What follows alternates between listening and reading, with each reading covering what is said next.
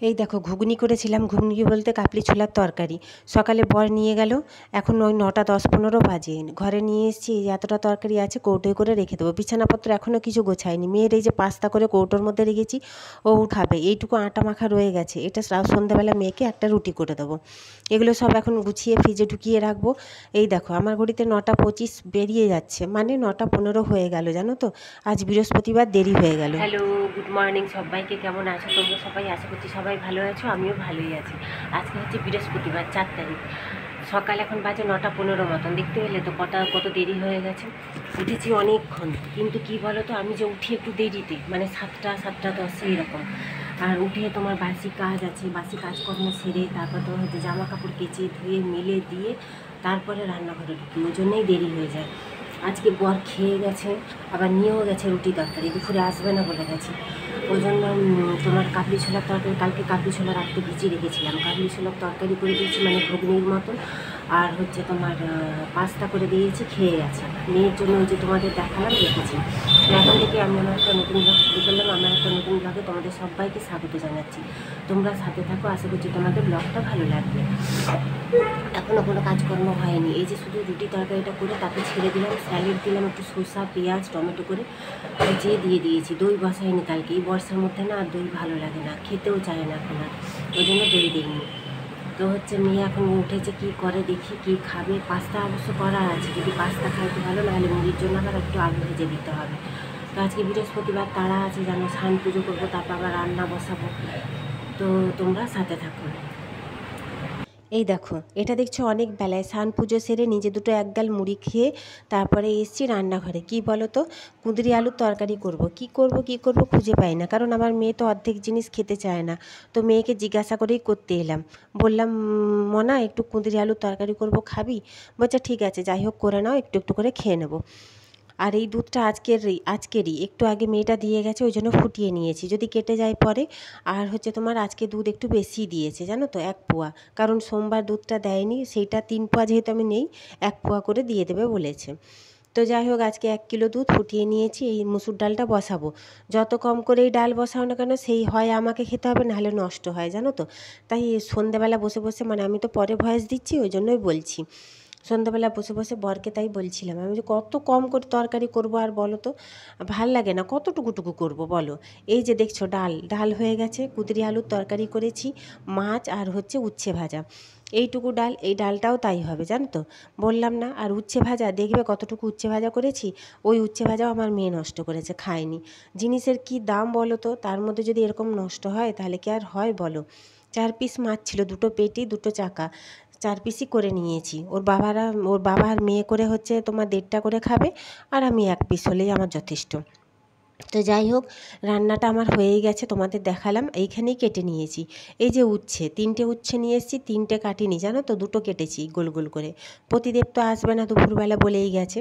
মা আর মেয়ে খাবো, এই উচ্ছেও হচ্ছে নষ্ট হয়েছে। এর পরের দিন থেকে না, তাই মেয়েকে বলছি, আমি আর তোর জন্য রান্না করব না, কারণ তুই খাস না তো, অর্ধেক জিনিস খায় না, ডাল খায় না, 1 চামচও ডাল খায় না, জানো। উচ্ছে ভাজা খায় না। আজকে প্রতিদেবও ডাল খেলো না 1 ফোঁটা, ওই ডাল থাকবে এখন। তো যাই হোক, এই যে রান্না আমার কমপ্লিট, এবার খাবো, মেয়েকে খেতে দেবো। আগে গ্যাসটা মুছে নিই, তারপর খাবো। বেলা বেশি বাজেনি, ওই 1:30 পৌনে 2টো বাজে। তারপরে সকালবেলা পাস্তা খেয়েছে, তো ওর খাবার ইচ্ছেও নেই, মানে মেয়ের আর কি। এখন বাজে তোমার সন্ধ্যে 7টা 10, 7টা 10 বাজে। প্রতিদেব এখনও আসেনি। বসেছিলাম সন্ধ্যে দিয়ে, মেয়ে বললো, মা একটু চা করবো। আজকে না বৃষ্টি পড়েছে বিকেলবেলা, 4টা 4:30টার সময় মোটামুটি বৃষ্টি হয়েছে। তো আমারও ঠান্ডা লেগেছে ভীষণ, গলা টলাগুলো হালকা হালকা ব্যথা করছে। অ্যাকচুয়ালি রাত্রেবেলা মেঝেতে শুই, তারপরে ওই নানা রকমের, তারপরে মাথায় স্নান করে আজকে মেঝেতে শুয়েছিলাম দুপুরবেলা। ওই জন্য এখন কেমন কেমন লাগছে বলে একটু ভাবছি চা করবো, ওই জন্য আদা দিয়ে একটু চা বসিয়েছি। কতগুলো জামা কাপড় আছে গোছাবো, মানে সকালের, সেগুলো হচ্ছে কাঁচা জামা কাপড়গুলো, ওগুলো গোছানো হয়নি, ওগুলো গুছিয়ে নেব। এই দেখো, চা করে নিয়েছি, আদা দিয়েছি একটুখানি। গলাটা কেমন খুসখুস করছে, জানো তো, হালকা হালকা বৃষ্টি। কালকে তো সারাদিনই হালকা, একদম হালকা, তোমাদের দেখিয়েছি কালকের ব্লগে, তোমরা দেখেছো। একদমই হালকা বৃষ্টি হয়েছে। আজকে বিকেল 4টার সময় এমন বৃষ্টি শুরু হলো, মনে হলো যেন কত নাই বৃষ্টি হবে, একদমকা এসেই বন্ধ হয়ে গেল, জানো। আর এক ফোঁটাও বৃষ্টি হলো না। দিয়ে হাঁটতেও যাওয়া আজকে আর হলো না। ভেবেছিলাম আজকে বান্ধবী ফোন করেছিল বিকেলে হাঁটতে যাবো বলে, কিন্তু সেটাও আর হলো না। ওই বৃষ্টির ভয়ে গেলাম না, কিন্তু বৃষ্টি হলো কোথায়? হলোই না। যাই হোক, এই যে এখানে না অনেকটা ভাত আছে। আজকে না কেমন চাল নিয়েছি জানি না, বর তাই রেগে যাচ্ছে, বলছে এত চাল নাও, নিজেই খেতে হয় জানো, সেই ঠান্ডা ভাত। অ্যাকচুয়ালি মেয়ে আমার দুবেলা ভাত খেতে চায় না, বড়ও খায় না। কি বলো তো, দুপুরে ভাত খায় না বলে তাই রাত্রে দুটো ভাত খায়, না হলে ও ভাত খেতে চায় না। যেমন কালকে ভাত খাবে না, কালকে তো শুক্রবার, ও ভাত খাবেই না কালকে, জানো, এই রকম। তো যাই হোক, এই যে চাটা এখন ছেঁকে নিই, ছেঁকে নিয়ে চাটা খেয়ে নেবো। চলো, এখনও পতিদেব আমার আসেনি, 7:30 বাজতে গেল। দেখি ঘরে যে একটু ফোন করব। এখানে না আমের খোসাগুলো আছে, দুপুরবেলা আম কেটেছিলাম ভাত টাত খাওয়ার পরে, ওই 3টের দিকে বসে বসে ফোন ঘাঁটছিলাম। তারপরে মেয়ে বললো, মা একটু আম কেটে দাও। ওকে একটু কেটে দিয়েছিলাম, আমি একটু খেলাম, দিয়ে আমের খোসাগুলো এখন ফেলবো, ফেলে বাটিটা ধুয়ে নেবো। অন্ধকার বলে তোমরা ওই পাশটা বুঝতে পারলে না, মানে কিছু দেখতে পাচ্ছিলে না। এই যে ট্রের মধ্যে চাটা, ট্রেটা আর হচ্ছে ছেঁকনিটা আনতে ওই পাশে অন্ধকারের দিকে গেছিলাম। রান্নাঘরটা আমার লম্বাটে টাইপের, তো এই পাশের দিকে গ্যাসের ওপরে মানে লাইটটা লাগানো আছে বলে ওই পাশটা দেখা যায় না।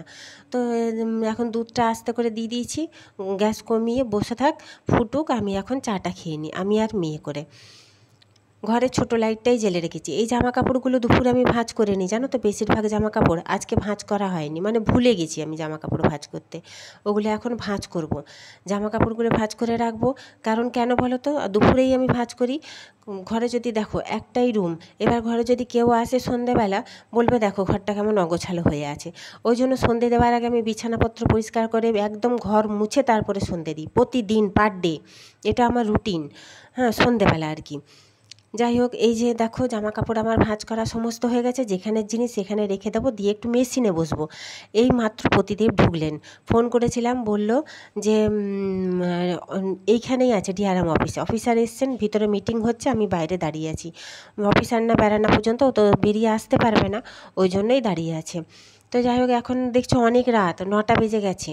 মেশিনে বসেছিলাম বললাম না, আর একটু বরের সাথে বকবক করছিলাম। কি নিয়ে বলো তো, ওই যে বলছি মেয়ের একটাই চিন্তা মাথার মধ্যে সবসময় ঘুরঘুর করে, মেয়েটাকে ভর্তি করব। এখনও কি বলো তো, রেজাল্টই বেরোলো না, আর কী যে ভর্তি করব, কবে যে ভর্তি হবে জানি না। ওর কিন্তু অনেক বান্ধবী যারা প্লেন পড়বে, তাদের কিন্তু শুরু হয়ে গেছে কলেজ। আজকেই বলছিল, মা আমার 2 বান্ধবীর কলেজ শুরু হয়ে গেছে, তারা কলকাতায় কলেজে ভর্তি হয়ে গেছে, তারা প্লেন পড়বে, একজন কেমিস্ট্রি নিয়ে, একজন বায়োলজি নিয়ে। 9টা 10-15 হয়ে গেছে, ঘরে বসে বকবক করছিলাম বরের সাথে, মেয়ের সাথে। তারপর ওই মেশিনে একটু বসলাম, দিয়ে তোমার হচ্ছে এখন এসছি যে মেয়ের একটা রুটি করে দিচ্ছি। কিছুই খাবে না বলছে, হ্যাঁ গো খাবে না বললে হয়, এত বড় মেয়ে, রাত্রে এত বড় রাত। তো যাই হোক, একটা রুটি করে দিচ্ছি, ওই রুটিটা খা, কালকে ছানা আছে, ওর বাবা খায়নি, সেই ছানা কাটার ওটা দিয়ে দেবো। আর হচ্ছে একটু আলুর তরকারি আছে, আলুর তরকারি দিয়ে রুটি খেয়ে নেবে। রুটির সাথে অবশ্য তরকারি দরকার হয় না। তো যাই হোক, আর হচ্ছে এখন ময়দা মেখে রাখবো, কালকে শুক্রবার, জানোই তো, সকালবেলা আমার ভীষণ তাড়া থাকে। পরোটা করবো বরের জন্য, মেয়ের জন্য, ওই জন্য হয়তো তোমার টিফিনে ময়দা মেখে রাখবো, ফুলকপি আলু ভাজা করবো, সেটা কেটে রাখবো। তো আজকের ভিডিওটা এই পর্যন্ত। কেমন লাগলো তোমরা জানিও, ভিডিওগুলো কেমন লাগছে তোমরা কিন্তু জানাতে ভুলো না, তোমাদের কাছে এটাই অনুরোধ রইল। আর একটা রিকোয়েস্ট রইল, তোমরা একটু সাথে থাকো, একটু সাপোর্ট করো। আর হচ্ছে তোমার যদি ভালো লেগে থাকে ভিডিওগুলো, তাহলে একটু লাইক করো, কমেন্ট করো। আর হচ্ছে তোমার আর করে যাচ্ছি, সবাই ভালো থেকে সুস্থ থেকো। আজকে এই পর্যন্তই, টাটা, গুড নাইট। কালকে আবার দেখা হবে নতুন একটা ভিডিওতে, নতুন একটা ব্লগে। টাটা সবাইকে।